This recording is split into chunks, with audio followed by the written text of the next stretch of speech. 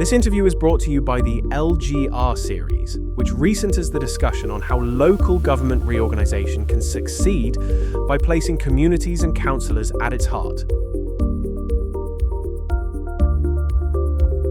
The LGR Series is a project by Coalface Insight. To learn more about Coalface, visit coalface.uk. In this episode, series editor Rowan Cole speaks with Robert Moran, who was a senior local government leader and advisor with extensive experience of council governance, organisational leadership and public service reform.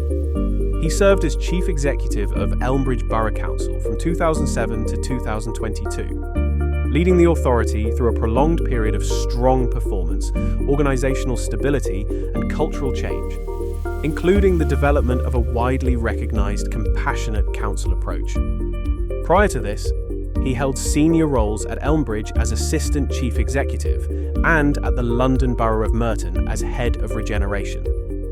Since retiring from executive office, he has worked as a consultant and mentor to senior public sector leaders through Moorcliffe Consulting Limited, advising on governance, leadership and organisational change during periods of reform and transition.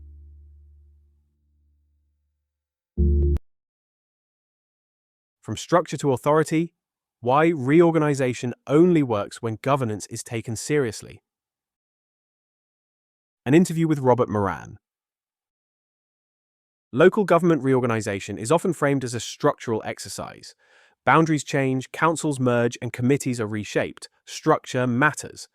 But Moran's concluding lesson is that reorganisation only improves outcomes when it is treated as a test of leadership and when lines of authority are set early, clearly and enforced consistently. Surrey County Council. Leader Tim Oliver argued for scale and power. Former councillor Andrew Kelly and former Buckinghamshire Planning Service Director Eric Owens warned of the operational and digital realities. Moran brings those strands together and identifies the concrete governance choices that determine whether reorganisation delivers or merely enlarges dysfunction. Why governance matters: the political and financial reality. Moran is explicit about the driver beneath the rhetoric of reform. Central government has not resolved local government finance. Demand-led services dominate budgets. The cake is already the size of the cake, and there won't be another cake or a bigger cake, says Moran. Reorganisation therefore becomes a pragmatic device to generate capacity from within. The lesson here is to treat reorganisation as a leadership challenge, not a spreadsheet fix. Recent reorganisations show the point. Dorset's planning performance remains constrained 6 years on, while legacy local plans and inherited systems continue to determine major applications. Cumberland and Westmoreland and Furness began life under immediate financial pressure and required exceptional financial support. These examples underline Moran's warning. Cleaner governance on paper will not deliver better services unless backed by disciplined, resourced implementation. Practical levers: delegation, operational honesty, and culture. Moran identifies 3 operational levers that convert structure into authority. On delegation, councils too often exhaust political capital on routine matters that should never reach members. Moran is blunt. We don't half-make heavy weather of some very basic decisions. What business would make in a nanosecond, we scratch our heads over for many happy hours. He adds that councillors waste time arguing over bin stalls and the colour of wheelie bins, instead of making strategic decisions on housing and infrastructure. The lesson is direct. Remove routine operational choices from member committees quickly so elected members can focus on strategic, value-adding decisions. On operational honesty, promising instant systems integration undermines staff trust. Moran's realism is decisive. Quite a lot of this, given the timescale, is going to have to be lift and drop. I'd say it's 5 years from vesting, day before you get anything that looks integrated. Be candid with staff and the public about interim arrangements. Set a realistic integration timetable and provide reliable short-term arrangements to maintain confidence. On culture and communications, New unitaries must be culturally entirely different new organisations, not federations of legacy councils. Moran offers a clear test of success: the resident experience. He asks, as a householder planning applicant, who do I phone up the day after vesting day about the progress on my application? The practical imperative follows: resource customer services as critical infrastructure and run repetitive, simple communications so residents always know where to turn. The lesson is delegation. Candor about operations and early culture change are the mechanisms through which structure becomes authority. Modernization as the only credible route to capacity.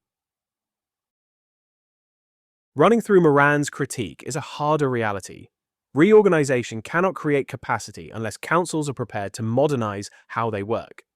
If there is no prospect of additional funding, the only way to generate internal resource is through process reform, even greater efficiency and sharper prioritization.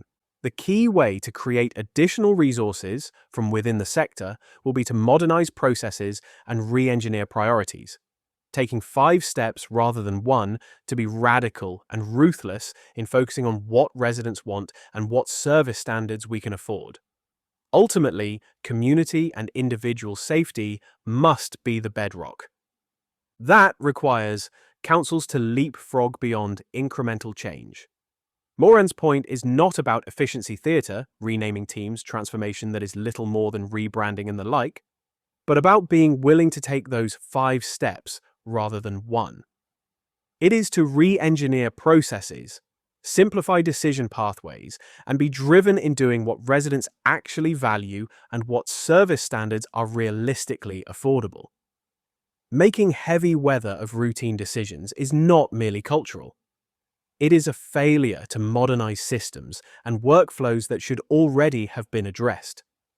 The implication is clear. Without radical process modernization, reorganization risks hardwiring existing inefficiencies into larger institutions. Governance reform must therefore sit alongside a clear program of operational change grounded in resident outcomes and fiscal reality. As Moran states, community and individual safety, particularly in safeguarding and statutory services, must remain the non-negotiable bedrock around which all modernization decisions are taken. In these areas, governance failure has immediate human consequences and cannot be mitigated by systems alone. The relationship between governance reform and genuine modernization is a theme we will return to in a future article. Risk, human stakes, evidence, and immediate priorities.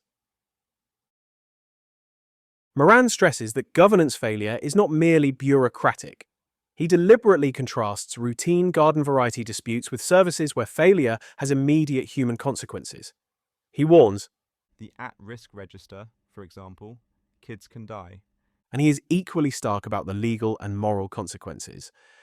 If you drop the ball with social work, you're in jail and somebody's died. These are not rhetorical flourishes. They frame reorganization as a moral as well as an operational problem.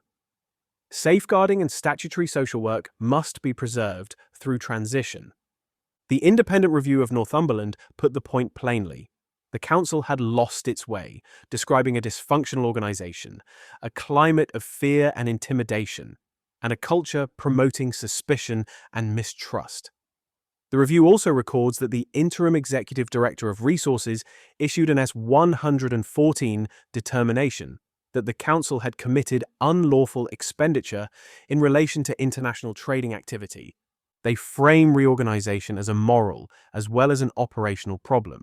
Safeguarding and statutory social work must be preserved through transition. Evidence from other reorganisations supports that warning. Dorset's experience shows persistent planning backlogs and a patchwork of legacy local plans years after unitarisation, undermining the promise of faster, more predictable decision-making. Northumberland's independent governance review identified a negative culture and senior tensions that damaged decision-making and led to unlawful spending. Cumbria's new councils assumed wide strategic responsibilities, but entered life under immediate fiscal pressure, requiring external assurance and exceptional financial support. These cases make concrete what Moran's human stakes language implies. Governance disruption, systems fragmentation, and capacity gaps translate directly into visible service failure and, in some services, serious harm. A further lesson is that of continuity for critical services, especially children's and adult social care, is non-negotiable.